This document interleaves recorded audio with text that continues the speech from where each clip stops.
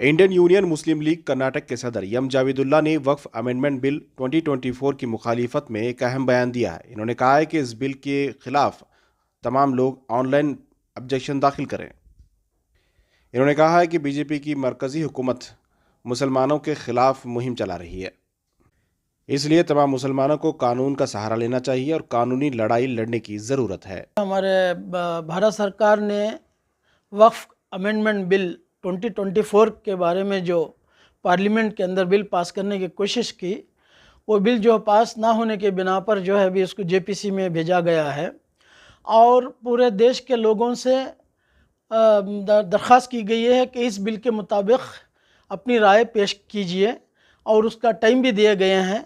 तो जो है हम लोग इंडियन यूनियन मुस्लिम लीग पार्टी के तरफ से जो है हर ज़िले के अंदर हम ये मुहिम चला रहे हैं और अवेयरनेस दिला रहे हैं कि सब लोग जो है इस बिल के मुकाबले में जो है रिजेक्शन के लिए अपनी राय भेज दें जेपीसी कमेटी को। और ये वक्फ अमेंडमेंट बिल रिजेक्शन करने की वजह, ये अमेंडमेंट बिल लाने का ये एनडीए गवर्नमेंट का एक मकसद है कि ये एक ज़रिया है कि मुसलमानों की इकनॉमिकली वीक करने का। मुसलमानों का जो हालात जो है इकनॉमिकली, अगर वक्फ अमेंडमेंट बिल लेकर आएंगे तो जो है मुसलमानों का जो एम्पावरमेंट इकनॉमिकल जो पावर है उसको ख़त्म करने के लिए और इकनॉमिकली मुसलमानों को वीक करने के लिए ये एनडीए सरकार इस तरह के जो है बिलें लेकर आ रहे हैं। और हमारे प्राइम मिनिस्टर मोदी साहब ने पहले से ही कहे हैं कि सबका साथ, सबका विकास, सबका विश्वास।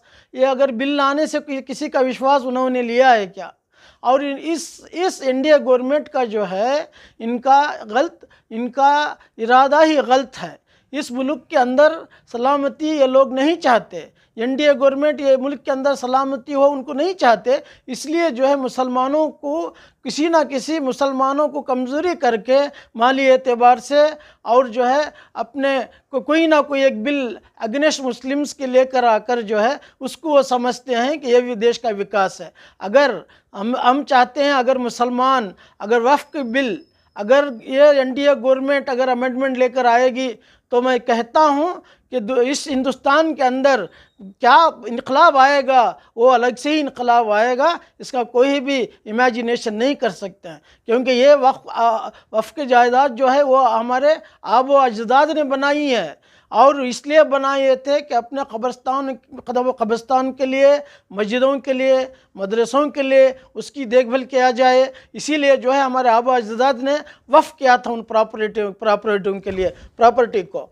तो ये गवर्नमेंट जो है आज नाहक जो है मुसलमानों की इकनॉमिकल को ख़त्म करना चाहती है और इसके ज़रिए से मुसलमानों की और भी जो इंसाफ मुसलमानों को मिलना है कॉन्स्टिट्यूशन के अंदर उसको भी ख़त्म करना चाहती है। और ये टोटली मैं कहता हूँ कि इट इज़ अनकॉन्स्टिट्यूशनल है। जो अमेंडमेंट बिल वो लेके आ रहे हैं वो टोटली इट इज़ अनकॉन्स्टिट्यूशनल है और हम इसका परज़ोर मुकाबला करते हैं। अगर पूरे हिंदुस्तान में अगर हो सके तो जाकर हम लोगों का अवेयरनेस लेके आएंगे कि ये किसी की विरासत नहीं है, यह हमारे आब व अजदाद की विरासत है। इसमें जो है गवर्नमेंट किसी हालत में मुदाखलत ना करे। अगर हम मुसलमान इस हालत पर इसी तरह से बेखबर होकर बैठ जाएंगे तो हमारे आबो अजदाद जो भी जो है प्रॉपर्टीज़ वक्फ बोर्ड को दिए थे, औकाफ के लिए दिए थे, वो हमारे हाथों से चले जाएंगे।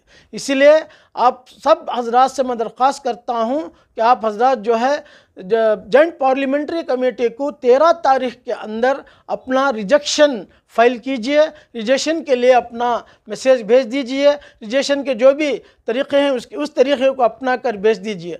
और मैं आज ये हमारे गवर्नमेंट ऑफ कर्नाटक से भी इल्तिजा करता हूँ और हमारे वक्फ मिनिस्टर से भी इल्तिजा करता हूँ कि ये जो भी जितने भी हमारे कर्नाटक के अंदर जितने भी औकाफ के जायदाद हैं उनको जो है यूज़ करें। मैं कहता हूँ कि आज तक जो है बहुत सारे ज़मीनें बेकार पड़ चुकी हैं।